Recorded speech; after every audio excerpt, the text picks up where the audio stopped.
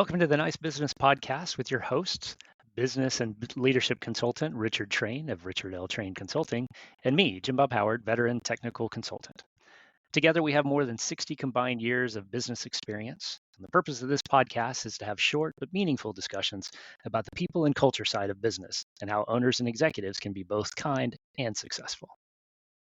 Hey, Jim Bob, I appreciate that intro. And I got to tell you, there's one thing that I really wanted to talk about with you for a while. And I was ironically having a discussion about this very topic last week with somebody.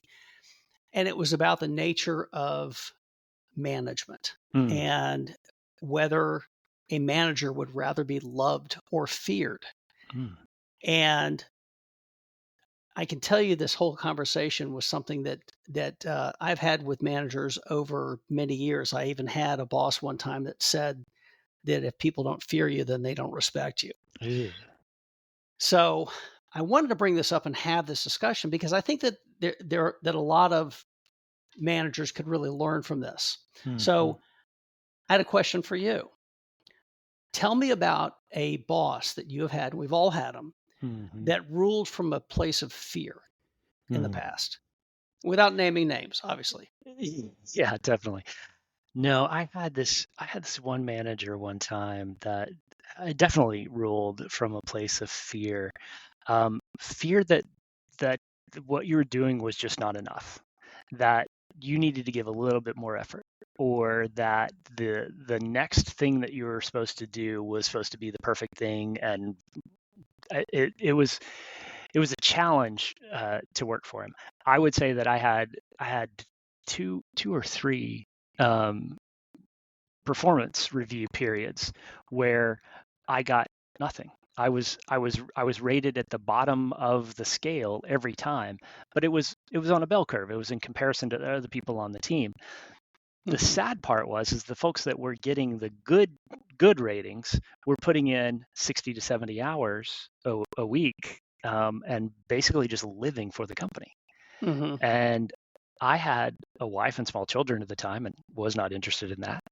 And he said, "Hey, we want you to do exactly what you want to do, and you have the freedom to do that. But for the company, those that are giving it all for the company are going to be the ones that actually get the promotion." I'm like, okay, Yeah, yeah. that's a hard thing to do. Like, I'm going to lose my job, basically, is what it came down to. So, how did that make you want to work for that boss? Oh, what I mean, made me want to leave. I wanted to Right. go. I needed to be someplace else because I got multiple performance reviews saying that I was below expectation effectively. So Well, all the work that I'm putting into stuff is not worth it. And so so I'm so undervalued, right? so that they were basing your work on quantity, not quality. Yes. Yeah, yeah. And that's a problem. This conversation I was having last week, it was kind of similar. It wasn't necessarily the quantity of the work. It was the fact that the supervisor was not listening, uh, Mhm. and wasn't was basically painting everybody with the same broad brush stroke, Yeah. and yet at the same time was all in everybody's business, and wouldn't leave everybody alone to do the work. So Right. now contrast that with a supervisor that you've had in the past that you really loved, and why. Oh, I'm not talking about whether or not this person was, a great guy or a great lady sure. or a sweetheart. I'm talking about somebody that you really like to work for. Yeah, that's an easy one. I had a boss right about the same time, different role, but a different boss. Um, but but he saw everything that he did, everything that he was supposed to do as a manager was to remove obstacles for his people. Hmm. Like, give them support, remove roadblocks, build bridges if necessary. Do you need this technology? Do you need this training? Do you need more support? Is there a question that I can answer? Do you need me to leave you alone? Whatever it was, Right. he saw it as his job was to make my job easier. Right. Right. A true servant leader. Absolutely. Yeah. Absolutely. Yeah. Let's talk a little bit about personality Hmm. elements that cause each type of leadership. So on a fear-based leadership, Yeah. position. So I'll go back to that owner. I was working for a time, who will remain nameless, Mm-hmm. for this company. I was running their business. I was their general manager. And these two bosses, the brothers that were the owners, one of them said to me, kind of the leader of the two, said that you need to make them fear you, or else they're never going to respect you. Right. And it got me thinking about his personality. Mm. What is it about his personality that makes him say that? And Yeah. What I was it? can tell you there were a couple of them that really came to mind. Number one, he always kept saying, this thing that we're working on, there was a newsletter. It has to be perfect. It has to be perfect. It has to be perfect. And you and I both know that there's no such thing as perfection. What's that old saying? The perfect is the enemy of the good. Yeah. So nothing that was ever good would go out, and we would always be late in getting things done. We were never hitting our deadlines, because to this guy, everything had to be perfect. Well, what does that mean? There's no definition of Yeah. perfect That's a except for moving target. right. And even when he was doing the job that they hired me to do, it was never perfect. So Right. you can't tell me that it was the person. Mm-mm. It was his his perception that was a built-in stumbling block no matter what. So that was one thing. And the other thing is, he had a true superiority complex. Mm. He thought he was the smartest guy in the room, which basically meant that he would not accept that there was more than one way to accomplish a task. Right. So those were the two that really stood out to me. How Yeah. about for you? Well, yeah, and it's funny that you bring up superiority because he felt like he was the smartest person in the room. I've had managers that didn't feel like they were smart enough to be in the role that they were in. Like so it's you've heard imposter syndrome, right? Yes, And so absolutely. that sometimes will be the same thing. It's like, and I think I almost feel like they kind of treat things the same way, but from different sides of the coin. One has to be perfect because they know everything, and the other one is like, I Or don't think know they it, do. or think they do, and then the other one is, I don't know everything. I don't know why I'm in this role. I did well on this project, and now I've been put in this role. And sometimes they'll come at it from a place of fear, like maybe of being found out, that they Right. are not as bright as they're supposed to be because they're the manager. But I think I think both of those fall short of where a manager should be, because they don't need to be the smartest person in the room, right? Well, we'll get to that. We'll get to that. Okay, all right. But you're right about imposter syndrome. And imposter syndrome is I think more pervasive and more real for more people than I think that is commonly understood. Yeah.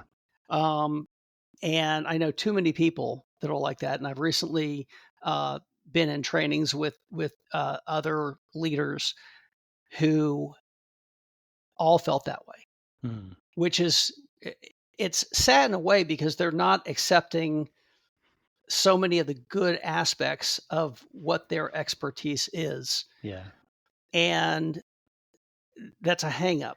I think that it keeps people back. Their own imposter syndrome keeps them back from accomplishing more, because instead of focusing forward, they're worried about, what are they going to know about my past that may Right. not be right, or whatever. So, Right. but we'll get to that in a minute. So, yeah, but those are all great identifiers of somebody Hmm. that tends to rule from fear, and why. And what else? What do you think that does as far as micromanagement for somebody who rules from fear? Oh, it's their MO, right? I have to be in control of what's going on here, so I'm going to manage every small, minute detail of it, Hmm. so that I can control the outcome. Right. So, imposter syndrome, Hmm. micromanager. Yep. Superiority complex, micromanager. A subject matter expert. Mm, This is another one. that's If true. you've got a subject matter expert that was the lead on all the projects, because they've been there, they've done that, they know it, they truly know it all, And so some genius in management decides to, like, Jim Bob's great. Let's make him the next manager of the team because he knows everything. Yeah. But what if Jim Bob doesn't have the skill set to actually manage? Yeah. And they didn't put him through any kind of management training. Right. Not by no fault of Jim Bob's. Right. So now you have a subject matter expert, or SME, that can't make the switch to management. Right. And so what do you think they're doing? They're second guessing everything. They're micromanaging. Yeah, they're gonna say, well, this is the way I've always done it, and this is the way we're gonna do it because I'm the manager and I got promoted to this role because I did it right. Right. So we're gonna do it my way. Right. Right. So let's talk about the impacts on the team, regardless of what kind of fear-based manager that is. How much will that team work to get the projects done or the job done? Yeah, I think you may find some short-term gains at times when your idea of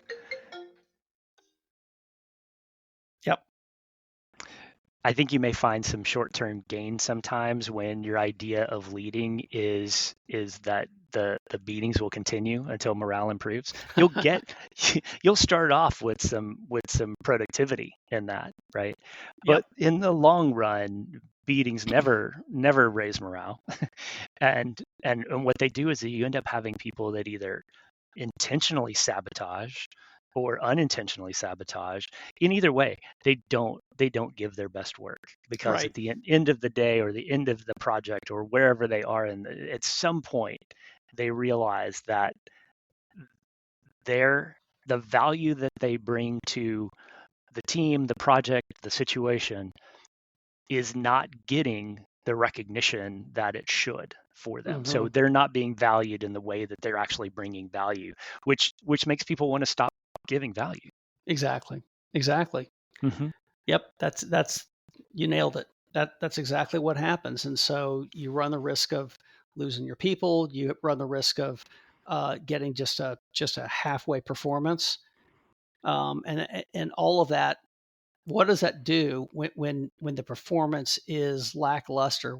How does that reflect on that manager who's been micromanaging? Yeah, they don't. They get written up or whatever, and so again, they're back to the beatings, until the morale improves. So, I mean, this is all good stuff about the bad stuff. Of like, what's the bad stuff of this? So, you tell me, what's the flip side?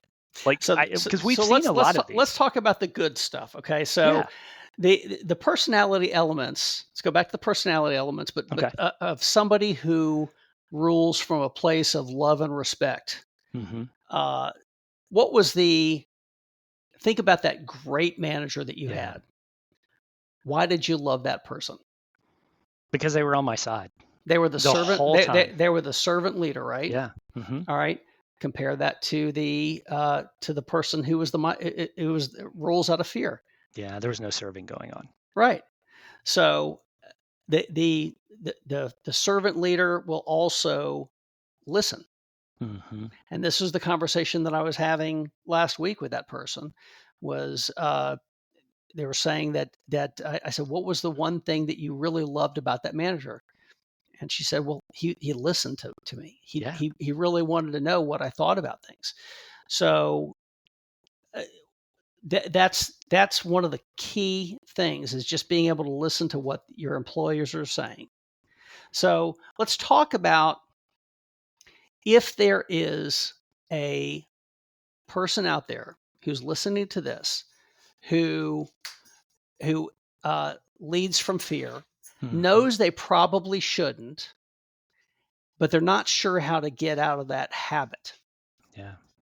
What is something that they can do and to counteract that? So how do they get past that?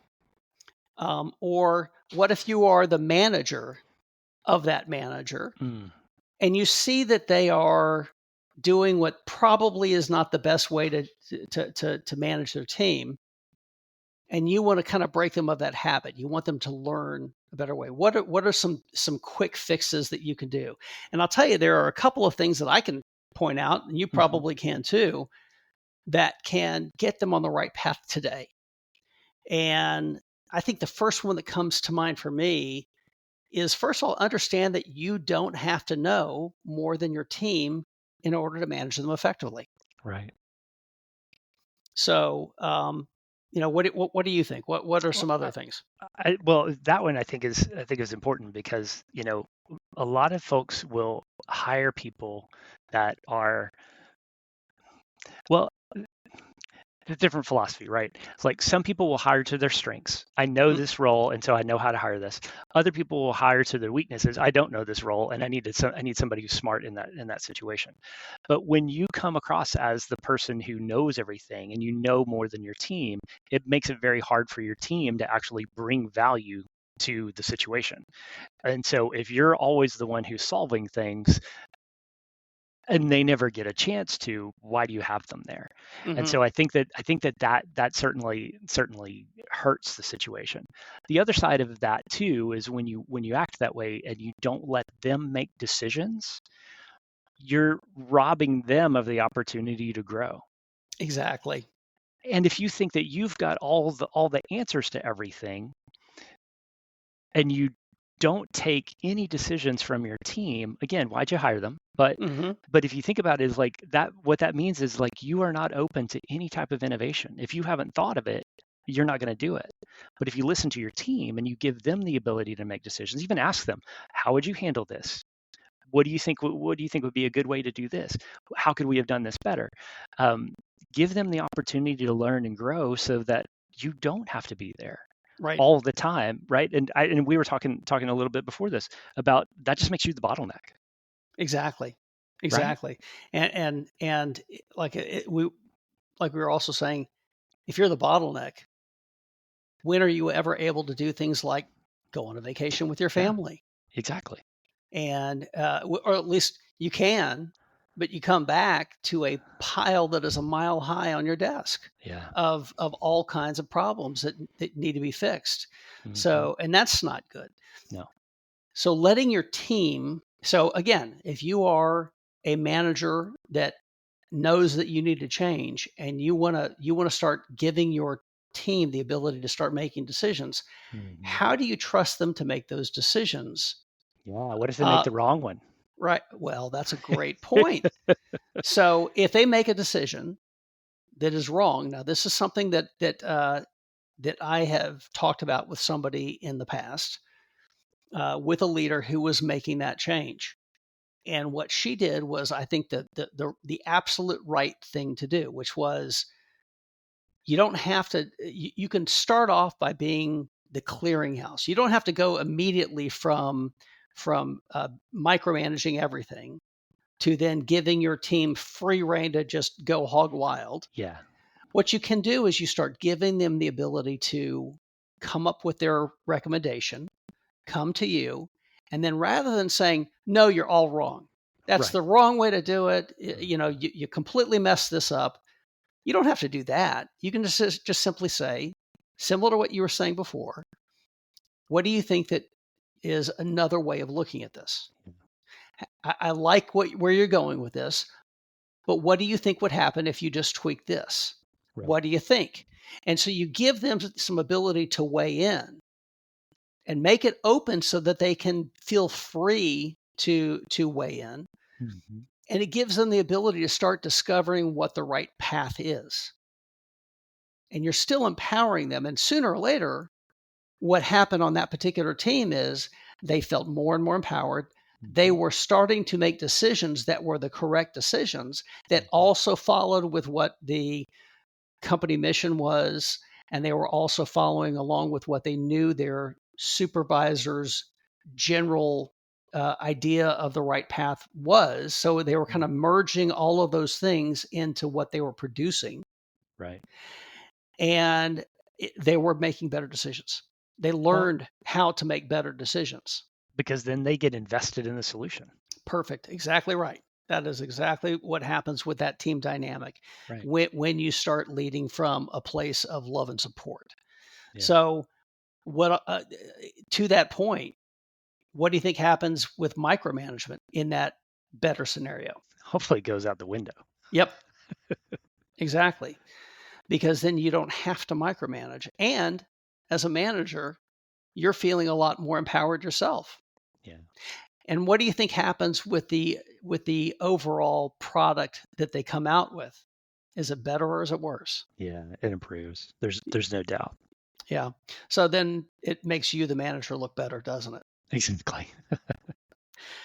So I think that this is a great conversation. Now, I will tell you that, as you and I both know, this is very much the happy path. Yes. This is there are about 1,000,000 variations that we could go down different rabbit holes on this. And you as a listener may be thinking, yeah, but that's not exactly what's going on in my company. And what if this happens? And what if that happens? Mm-hmm. And that's all true. But this podcast can only cover so much time, or else we'd be here for hours. Yeah. But what I can tell you is this, if somebody is listening to this and they get some benefit out of what our conversation was, Jim Bob, that's great. Yes. I hope that it leads them towards a better solution of leading more with love than fear. Mm-hmm.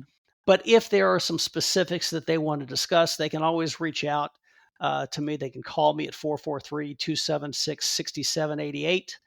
They can go to my website, richardltrainconsulting.biz, or they can email me at info@richardltrainconsulting.com and ask me your specifics. I'm happy to meet with you totally free of charge for just an issue processing discussion. So other than that, I will tell you just by way of wrapping this discussion up, ruling from fear really only results in bare minimum effort by your team, costly, high turnover and mistakes in your staff. But leading from love and respect will earn a manager a cohesive team that will go the extra mile because they feel supported and valued. Yes. So, and that's what I think that we have hopefully been able to accomplish with this discussion. Me too. Well, thank you for listening to this episode of the Nice Business Podcast. If you want to learn how to keep your business nice, keep tuning in for more fantastic information. Thank you very much.